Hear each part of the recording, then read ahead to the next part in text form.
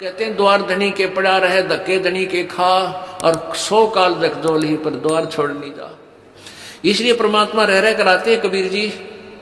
और कहीं गुप्त रूप से कोई साधु संत का रूप धारण करके किसी नगरी में 10-5 वर्ष रह गए, किसी में 2 वर्ष रह गए, तो उनको बहुत सा लाभ दे जाते हैं और भगवान की स्थिति को पुनः स्थापित कर जाते हैं।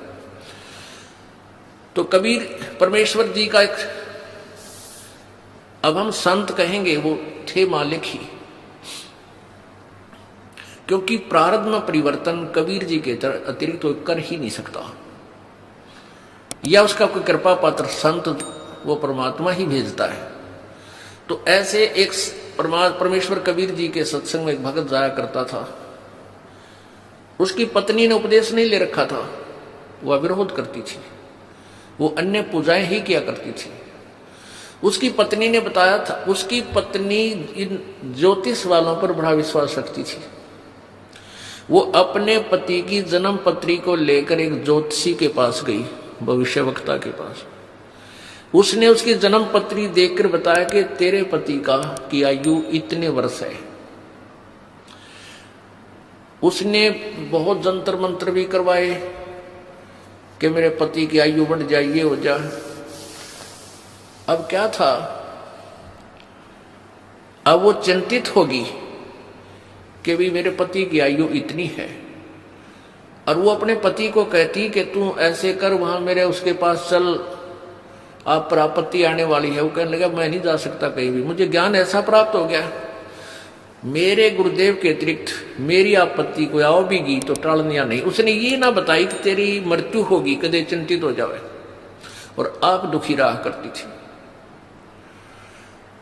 अब उस ज्योतिष जिसने ये बताया था, उसने सारे जंतर मंत्र कर लिए, लेकिन कोई परिवर्तन उससे नहीं हुआ। उसने कहा कि बहन अब मेरे बस से बाहर की बात है, तेरे पति की रक्षा करना।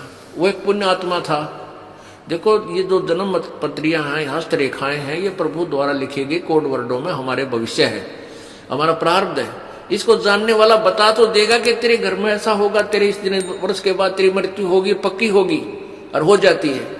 और कबीर परमेश्वर की कृपा से इस दास की शरण में आने के बाद आपको कोई ये कह दे तुम्हारी इस दिन मृत्यु होगी, और यहां का नाम ले लेना फिर नहीं होगी, वो एक्सटेंड होगी। ये वो परमात्मा जो आपकी आयु बढ़ा देता है। तो वो भक्त सत्संग में जा रहा था। जब वो सत्संग में जा रहा था तो रास्ते में उसी गांव का, नगर का एक व्यक्ति मिल गया।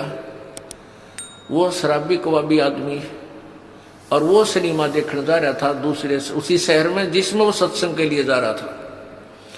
पहले पैदल जाया करते थे, साधन नहीं थे, तो दोनों मिल गए, वहां हम सफर हो गए।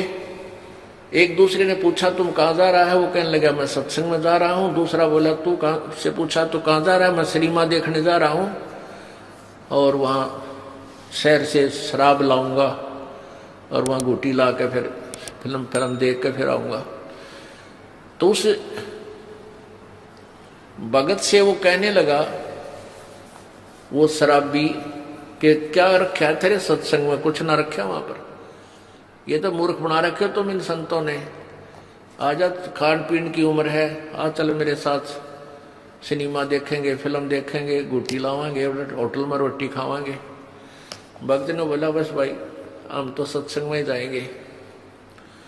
काफी बात चलती रही, कहता रहा कुछ ना दे रहा भाई, देख हमारे ठाठ देख ले, और कुछ ये सब बकवादे हैं, ये उम्र कौन सी भक्ति करने की है, तो जवान पड़ा है, बुढ़ापे में देख लिए। पर वो नहीं माना भक्त। तो उधर चलते चलते वो रास्ते में उन्होंने पेशाब करने की इच्छा होगी दोनों को। एक राइट साइड में रास्ते से पेशाब करने चलेगा, एक लेफ्ट साइड में। जो शराबी कबाबी था वो पेशाब करने गया, तो वहां क्या देखा, उसने देखा कि वर्षा हो चुकी थी। वर्षा के बाद कुछ मिट्टी हट गए, एक मटका था घड़ा छोटा सा, और उसमें देखा झांक के हाथ हटा के मिट्टी, तो उसमें सोने की ईंटें मिली। छोटी छोटी ईंटें होती थी, 100-100 ग्राम की सोने की ईंटें, पहले छोटी ईंटें होती थी, वो 4-5 मिल गई उसमें। यानी 4-5 का मतलब आधा किलो सोना, किलो आधा किलो सोना। आज तो बहुत महंगा है, उस समय सस्ता होते हुए भी कीमत बहुत थी उसकी। वो वापस आया जो लफंडर था, और उधर से भगत आया। भगत ने कहने लगा, देख भाई, आप तो रोज भक्ति करते हो, सत्संग में जाता है, और मैं कद्य भक्ति नहीं करता, ना भगवान भजता, सारा दिन मौज मस्ती मारता हूँ। देख मेरे को ये 4-5 सोने की ईंटें मिली, आजा दिखाऊंगा कहाँ मिली। वो देखा वहां पर, वो मटका की इसमें मिली। अब काल तो पूरा जाल डाला है अपने भगत पे, परमात्मा के भगत पे किसी तरह भक्ति छोड़ दे। फिर वो कहने लगा, देख ले तो मान जा निकम्मे, आजा मेरी गेला गुटी छुटी लावांगे, चाल सैर सपट्टे करांगे। उस भगत के दिल में थोड़ा सा कच्चापनता आ गया, थोड़ा सा। और वो चलते चलते क्या था, चल रहे थे और रास्ते में उसके पैर में कांटा लग गया। ये बातें क्योंकि उसका ध्यान बट गया थोड़ा सा, वो कांटा लग गया और कांटा लाग के अंदर ही टूट गया। अब उसने सोची, वो कह रहा, देख अब क्या करी रक्षा तेरे गुरु जी ने, यो कांटा भी लग गया तेरे। कहने का भाव है कि काल ने अपने पूरी जाल डाला, लेकिन वो भक्त 10 से मस लिया। उसने सोचा, भाई गुरु जी से आज यह फाइनल बात पूछूंगा मैं, यह तो बहुत उल्ट से बात होगी। भाई मैं भक्ति भी कर रहा हूँ, आप पर समर्पण भी हूँ, और मेरे ऊपर मैं घर में कोई बरकत सी भी ना दिखती, और ये सारे उल्टे काम कर रहे। देख ने सोना भी मिल गया निकम्मे ने, और भाई सारे ठाठ कर रहा। तो ये मन में सोच के गुरु जी के पास आ गया। अब गुरु जी ने पूछा, बेटा क्या बात है, बहुत उदास नजर आ रहा है। वो कहने लगा, गुरुदेव वैसे तो आपके दास को आपके ज्ञान में कोई त्रुटि नजर नहीं आती, हो सकता है मुझ दास में कोई त्रुटि हो, जिस कारण से मैं आपसे लाभ प्राप्त नहीं कर पा रहा। प्रभु वो सारी कहानी बताई कि परमात्मा एक नंबर का निकम्मा आदमी हमारे गांव का, दारू वो पीवा, बकवाद सारी करे, फिर फिल्म देखा, वो मैंने रास्ते में मिल गया। और उसको रास्ते में एक सोने की 4-5 ईंटें मिली, आधा किलो सोना, और मेरे पैर में कांटा लग गया। उसने मुझे बहुत डगमग करने की चेष्टा की, गुरुदेव हम भी जीव हैं, मेरे भी मन में थोड़ा सा खोट पैदा हो गया, मुझ पापी पर रक्षा दया करो दाता, ये क्या कारण है। तब उसने बताया, बेटा आज तेरी मृत्यु होनी थी, आज के बाद तेरा जीवन नहीं था। और वो निकम्मा अपना पिछली बैटरी चार्ज कर रहा था, वो अभी खर्च रहा है, बर्बाद कर रहा है, उसके पास भविष्य में कुछ नहीं होगा। बेटा तेरी उम्र बढ़ गई, तेरे आज फाइनल तेरी फैसला था। आज कहते हैं द्वार धनी के पड़ा रहे, धक्के धनी के खा, और 100 काल जगजोल ही पर द्वार छोड़ नहीं जा। आज जब तू डगमग हो जाता, तेरी शाम पूरी नहीं होती, तू खत्म हो जाना था। आज तू पड़ा रहा, सच्चे दिल से लगा रहा, तो तू बच गया।